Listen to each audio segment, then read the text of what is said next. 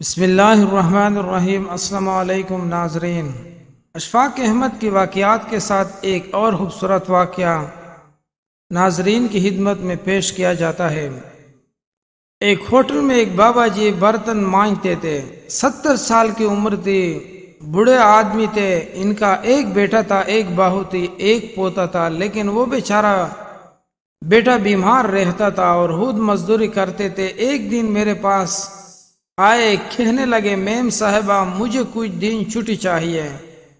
تو میں نے کہا خیریت ہے؟ کہنے لگا میڈم میرا بیٹا فوت ہو گیا ہے۔ کہتی ہے میں کچھ لکھ رہی تھی، میرے ہاتھ سے قلم گر گیا، میں نے خود گاڑی بھیجی، بابا جی گاؤں چلے گئے جہاں وہ رہتے تھے۔ کہتی ہے 2-3 دن کے بعد میں اور میرا شوہر گئے، ہم راستے میں باتیں کر رہے تھے کہ کیا تعزیت کریں گے، ایک ہی بیٹا تھا اور کوئی رشتہ دار بھی نہیں، اس کی تو کائنات اچڑ گئی۔ جب ہم گئے تو وہ ٹوٹی پوٹی چٹائی پر بیٹھا تھا، کچھ لوگ قریب تھے، ہم نے جا کے کہا بابا جی آپ مسلمان ہیں، ہم آپ کو کیا نصیحت کریں، ایک ہی تو بیٹا تھا، کسی طرح ہم آپ کو تسلی دے۔ تو کہتے ان نے آنکھیں کھولے، بڑے آنکھوں میں ایمان کی روشنی تھی۔ کہنے لگا بی بی کیا تعزیت کی بات کرتی ہو، میں نے کوئی پیسہ جمع کرا کے بیٹا لیا تھا، خدا نے فضل سے دیا تھا، عدل سے لے لیا، وہ اپنے رب کے فیصلے سے بڑا راضی ہوں، اللہ اکبر۔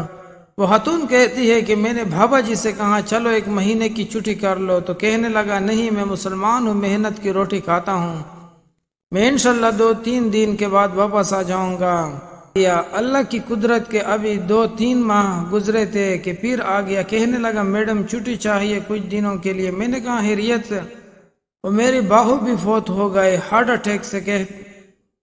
کہتی ہے اب میں تڑپ گیا اور عیسائی ہو کے میری آنکھوں میں آنسو آ گئی۔ میں نے کہا گھر کا دروازہ بند ہو گیا، اب یہ بیچارہ کیا کرے گا؟ کہتے ہم پھر 2-3 دن کے بعد تعزیت کے لیے گئے، وہ پھر ٹوٹی ہوئی چٹائی پر بیٹھا زمین پر کچھ بنا رہا تھا۔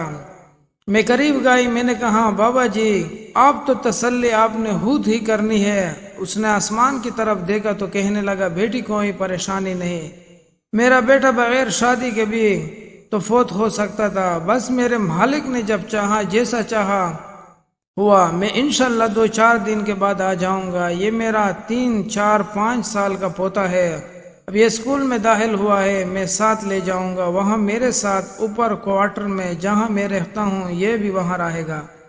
بابا جی واپس آ گئے۔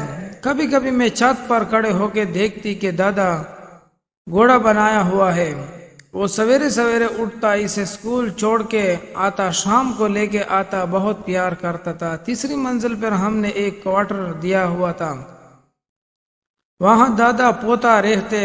ایک بار پوتا اوپر والی منزل پر کھیل رہا تھا کہ اس کا پیر پھسلا، وہ گردن کے بل زمین پر گرا، مجھے خبر ہوئی تو میں نے دوڑ کے ایمبولینس منگوائی، خون سے لتڑے ہوئے اس بچے کو دادا نے اپنی گود میں رکھا، اور جب ہم اسپتال کی طرف گئے تو عرضیل پہلے آ گئے، اس نے دادا کی گود میں دم توڑ دیا، پھر اس نے اسے اپنے ہاتھوں سے غسل دیا اور اس نے اپنے ہاتھوں سے قبر کھودی، مٹی ڈھالتے ہوئے کہنے لگا انا للہ و انا الیہ راجعون۔ مٹی ڈال کے جب وہ واپس پلٹا تو میں اسے بھازوں سے پکڑ کر اسے اپنے منہ کے قریب لائے اور میں نے اس سے کہا بابا جی تو ٹوٹ گیا ہے، تو بکھر گیا ہے۔ تو یوں اس نے ہاتھ رکھے اور آنسو جھٹک دیے۔ کہنے لگا میڈم کیوں، میرے اندر کوئی عقیدہ نہیں، میں کوئی لوارث ہوں، میرا کوئی رب نہیں، میں کیوں پریشان رہوں گا، میں تو پکا ہوا پھال ہوں، تھوڑے دن گزریں گے میں بھی قبر میں جاؤں گا، اور جب جنت میں جاؤں گا تو اللہ تعالیٰ میرے بیٹے سے بھی ملاقات کرائے گا، میرے پوتے سے بھی ملاقات کرائے گا، میں اپنے رب کی رضا پر بڑا راضی ہوں۔ وہ خاتون کہتی ہے میرا اور میرے شوہر کا کلیجہ پھٹنے لگا۔ میں نے کہا بابا جی یہ جذبہ کہاں سے ملتا ہے، یہ سکون کہاں سے آتا ہے؟